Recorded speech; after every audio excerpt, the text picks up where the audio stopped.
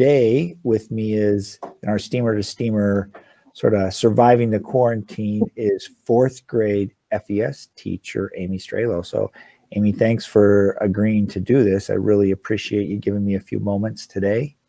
No problem. So I always like to ask this first question. What have you learned about yourself or about school that's since we started the quarantine?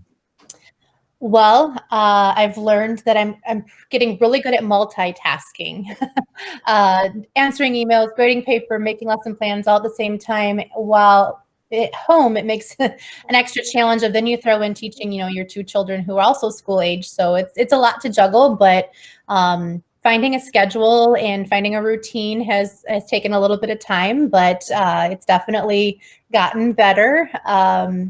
School, I just think that it continues to remind me how amazing our staff and school district are with teamwork. Jumping right in and taking on challenges is something I feel is a very big strength that we have. And, this was something that we've also kind of somewhat prepared for with our previous e-learning days last year and this year, that I feel like we were a little bit ahead of the game. And so I feel like we've had a really good response to this situation we find ourselves in.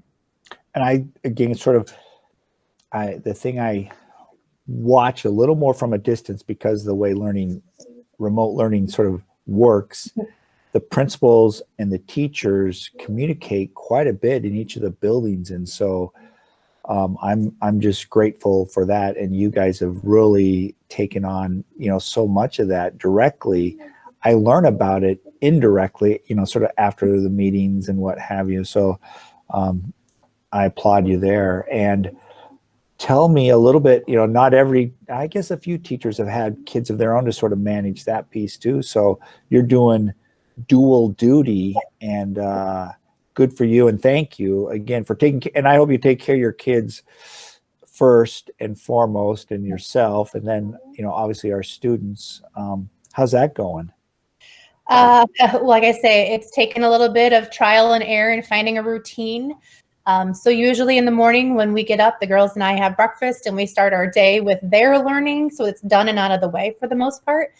So while I'm kind of getting them started on one thing, I'll get the next one started on their thing. And then I check emails that have come in over the night. So that gives me time to respond, to get my kids going. And then after I get them done with their schooling, then I can kind of head more into the grading and the feedback pieces and the planning ahead.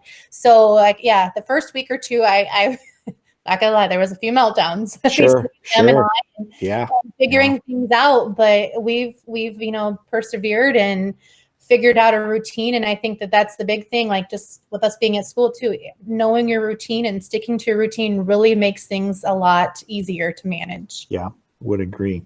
So what have you learned from others, not necessarily, others, friends, family, colleagues, about, yourself or the quarantine and school? And well, I think that one thing I know is that we're all here. We're all in the same boat. Not really the same boat. We're all in different boats, but we're all in the same waters, I guess you could say. Yeah, I like that. That we're here for one another, that we support one another.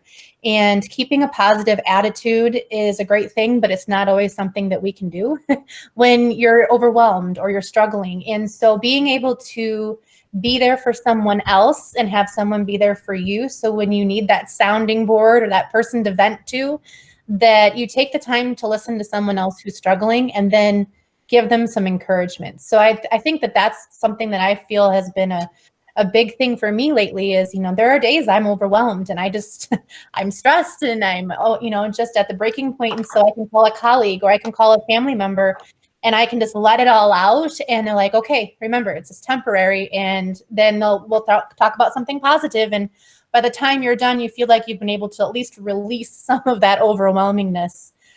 So I feel that that's something that I've learned about myself and the people that I have close to me during this time.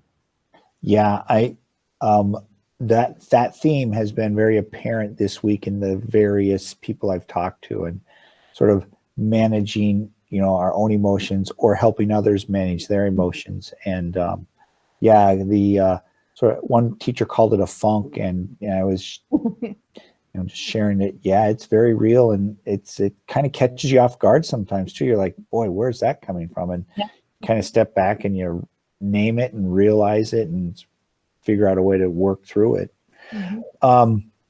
What do you miss most about having to stay at home and not being able to move about and, People. I'm a people person. I like to be social. So I miss my kids.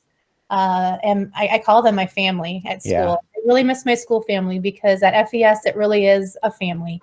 I love each and every one of those kids, some in different ways, helping them with different struggles or whatnot. Being able to stay connected to them through this type of communication has been amazing.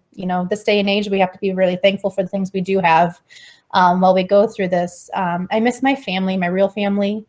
We've gone through many birthdays in the past 6-7 weeks. My mom's, my brother's, mine. We're about ready to celebrate Maddie's 10th birthday next Monday. So trying to find ways to still be able to interact with one another and sing happy birthday while you make cupcakes and distribute them to people's houses. And then we all get on together to sing.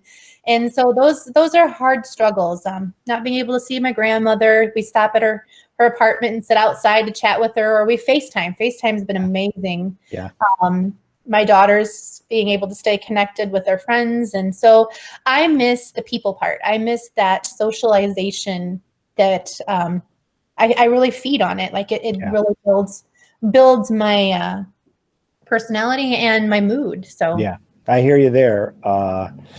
Being a people person myself, it's you get energy from the others, and you have to make up for that energy in some way.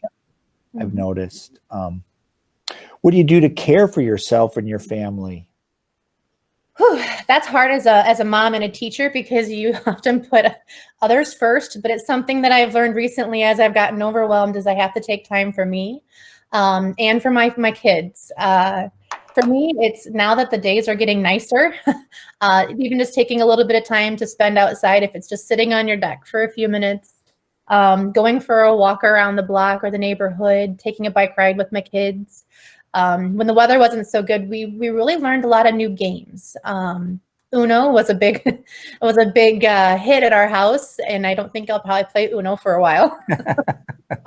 We've learned some new games as a family. One that we've enjoyed is Ticket to Ride. So just being together as a family is something that I've enjoyed during this time, and how I kind of fill my cup, you could say, is those types of things. I've finally gotten outside and gotten the garden started. And so those are things I'm looking forward to as we wrap up the school year. So everything's on the roll now. And are there any social media posts or people that you follow or shows you picked up, or something that the media has helped you sort of get through the quarantine? Well, there was a post towards the beginning of it, and I thought it was a really neat saying, and I just loved how it represented what we were going through. And the neat part is that one of my students a while back had asked for my address when Mr. Hosey was doing the challenges, so I thought I was going to get a really nice letter, and instead on my birthday I got this sign, and I know it's backwards for you guys, but it says, "And the world came together as people stayed apart." Nice. So I feel that really represents what we've all gone through.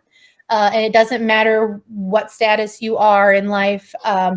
People have come together, famous people reading books for kids, and people adapting our curriculum so that we can get it out to the kids. I just feel like we've all really pushed, made a big push to include everyone and make things good for one another. So I feel that it's really brought people together across the world.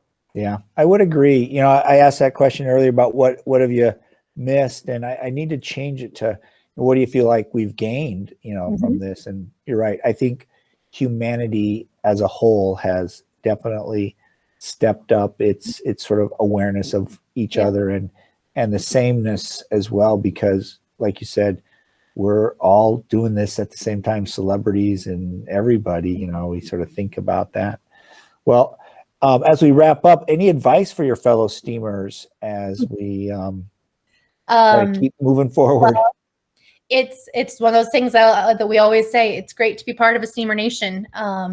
I don't actually live in Fulton, but I feel like I'm no less part of a Steamer Nation between being at work or knowing the people that I know and the friends that I've made in the community just by being a teacher there.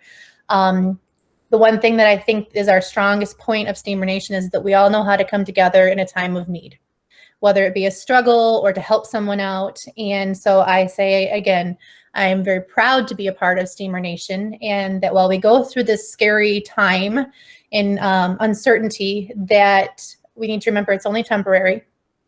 And because we have one another, we'll get through this. Yeah. Yeah. Well, again, I appreciate taking some time and talking about the quarantine and how you've managed it. I hope what is today, Thursday, rest of the week goes well and have a good weekend. It's kind of losing days at times. Again, thank you so much for doing this. No problem. Thank you for asking. You bet. Talk to you later. Bye-bye.